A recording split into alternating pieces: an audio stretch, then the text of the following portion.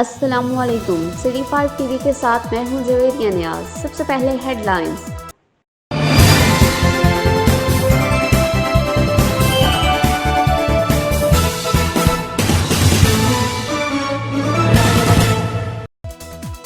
मुस्लिम hand के करंतना मरकज पर लाए जाने वाले 121 ज़ायरीन में से 56 अफराद की corona virus test report positive निकल आई है।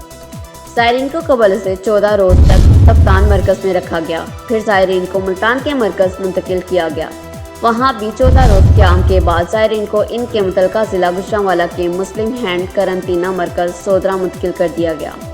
मरीजों को गुजरांवाला हस्पताल रवानगी से कबल असिस्टेंट कमिश्नर वजीराबाद वकार हुसैन डॉक्टर्स ने मुतासरा मरीजों के हिफाजती इक़दाम के हवाले से हिदायत भी दी। सिटी 5 टीवी से फिलहाल इतना ही। जवेरिया नियाज को दीजिए इजाज़त। अल्लाह निगहबान।